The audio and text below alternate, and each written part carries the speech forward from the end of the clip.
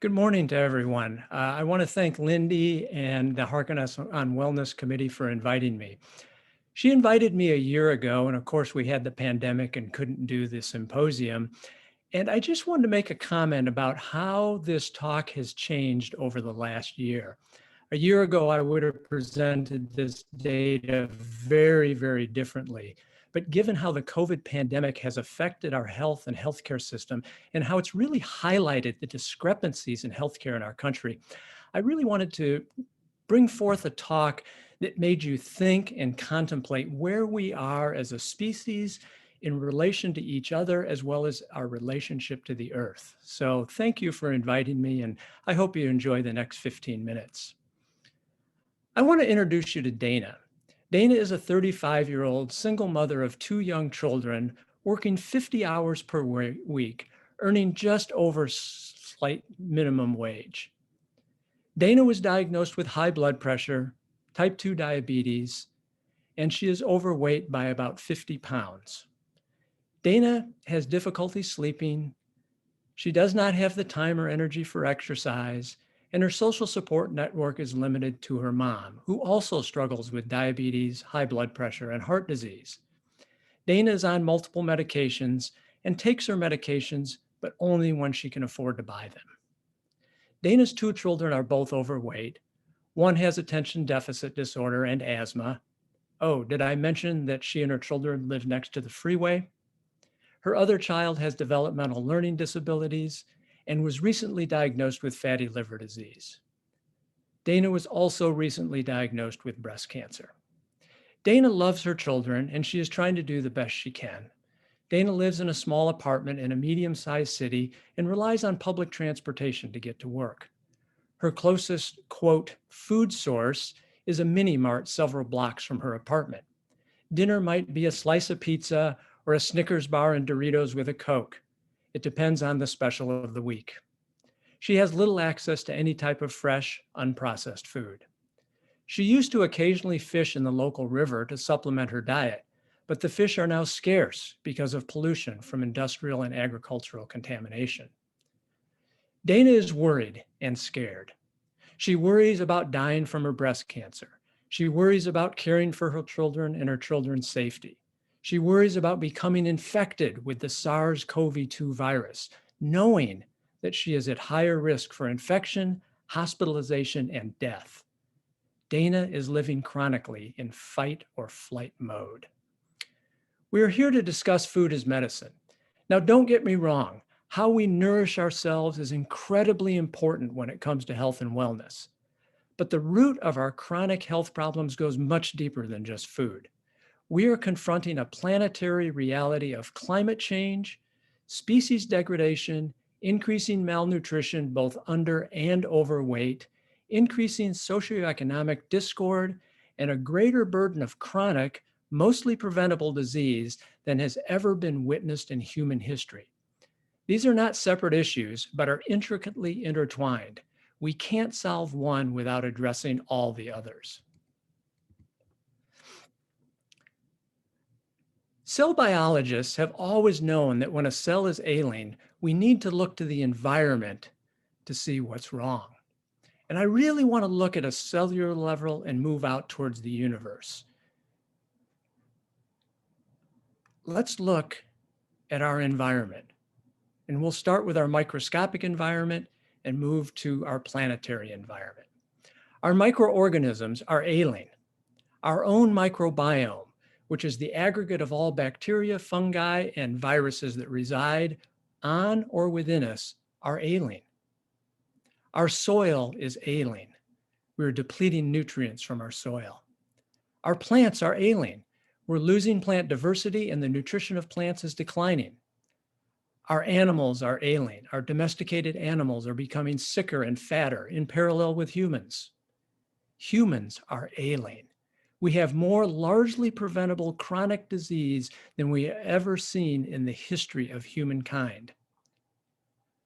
Our Earth is ailing.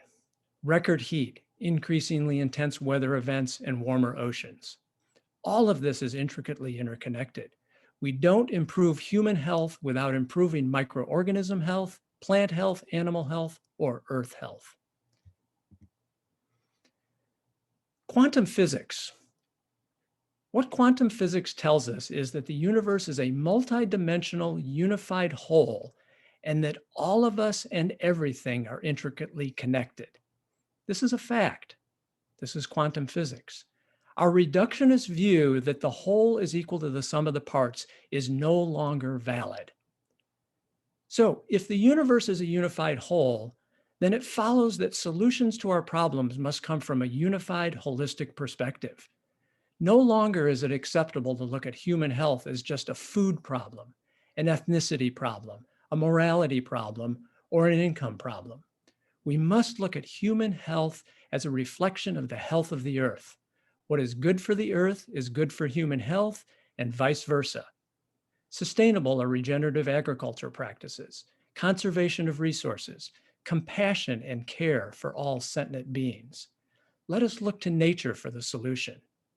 The human body is a remarkable organism whose default is health and wellness, given the appropriate resources, adequate nutrition, movement, sleep, social connectedness, spiritual connection, purpose, care, and compassion. Albert Einstein said, "We can't solve problems using the same kind of thinking we used when we created them." And this is so true for where we are with health and wellness today. And decades ago, in an attempt to solve a calorie problem, world hunger, we created a nutritional problem through highly processed, cheap food. So solving a nutrition problem cannot be done by using the same thinking, industrialization of food production. In medicine, we've attempted to solve health problems using a reductionist view of health and wellness. If someone has an ailment, then we look to alter a biochemical reaction through pharmaceuticals and expect health to ensue. This model has failed us. We have a pandemic of obesity, diabetes, and chronic health diseases that we've never seen in our history. We're not biochemical machines to be altered through drugs. We're complex organisms connected to the world around us through not only biochemical reactions, but also energetic fields. We must think holistically, nourish the body, nourish the spirit, nourish the soul, nourish the earth. Look no farther than our Native American ancestors for an example of this. So the current standard American diet is the leading cause of premature death and disability in the United States. This has been purported, and Dr. Mazafarian, I know, has said this, and I do not disagree with this. But we have to look underneath the hood and see what else is causing us health distress and lack of wellness. So let's define the standard American diet. What is it? Well, it's a diet composed of highly processed carbohydrates loaded with sugar and processed fats and devoid of many essential nutrients. I want to challenge the audience to think about disease in this country, not as just diet, but in a much broader sense, a more holistic context, including not only nutrition, but race, ethnicity, poverty, isolation, stress, fear, spirituality, and sense of belonging. Our lifestyle has led to an adult obesity rate of 43%, with another 30% of people being overweight. An estimated 100 million people have or are at risk for diabetes or prediabetes. And it's been estimated by the World Cancer Research Fund that up to 30% of cancers are directly related to obesity, poor nutrition, and lack of physical activity. We also have an explosion of mental health disorders, and now the COVID pandemic. All of these diseases disproportionately affect those in poverty and of ethnic origin. So how we produce and consume food is inextricably linked to how we care for the earth. How we care for the earth, every living being, and how we care for each other. No longer can we view the earth as this inexhaustible resource for the taking. We must view the earth and all its creatures as a symbiotic whole. You are not only on the earth, you are of the earth. Let me give you an example. Most of us think soil is this inanimate stuff where we grow plants, including our food. For decades, this is how we have treated the soil. Something to be plowed, fertilized, and manipulated to produce more commodities. But we now know that the soil is a living, breathing microbial wonderland, essential for production of nutritious food. By ignoring this fact and continually disrupting microbial life through our current farming practices, we are slowly degrading the soil's ability to supply nutrients to the plants and hence to us.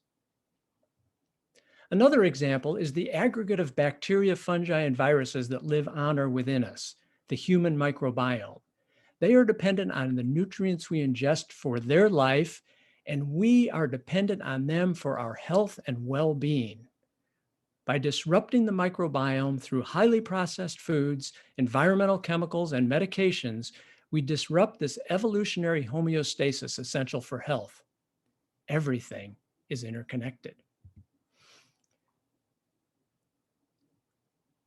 If we accept the premise that a component of health and wellness is dependent on the delivery of highly nutritious foods to the body with assimilation of those nutrients through proper digestion and absorption, then we must also understand factors that influence assimilation of those nutrients for use by our cells. Let's go back to Dana. Dana has multiple lifestyle-driven diseases, including obesity, type 2 diabetes, high blood pressure, and cancer. Not only that, but her children are also ailing. Our current system is failing her. First, our current system is not supplying her with nutritious food.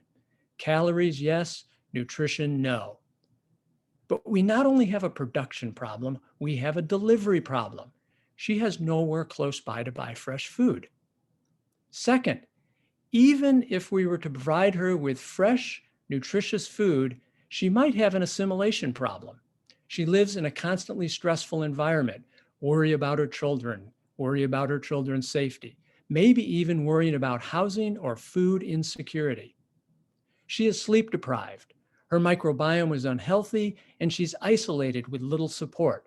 All of this leads to poor digestion, poor absorption of nutrients, and poor health. We have a societal problem. So the fundamental question confronting us is our survival. Our survival. The structure of our society has been shaped by the illusion of rugged individualism and survival of the fittest. We believe we must be ruthless to survive. That's how Darwin was interpreted, but that's not what Darwin said, nor was that what Darwin wrote. He wrote that the most sympathetic or compassionate of species survive in the long term. Think about that. The most sympathetic or most compassionate of species survive in the long term. Modern science has begun to prove this. Robert Sapolsky, a neurobiologist at Stanford, writes, "The long-term survival of a species is predicated on nurturing, caring, and cooperation. Ruthlessness allows for short-term gains, but not long-term survival. Our current model is not serving us well. We are now understanding that our survival as a species and a planet is cooperative and not a competitive process." Food as medicine, no doubt. But in order to maximize this relationship, we have to approach food as medicine as a whole and not as the sum of its parts. If we truly want food to be medicine, then we must address all the components of health and wellness. Nourish the body, nourish the spirit, nourish the soul, and nourish the earth. Thank you.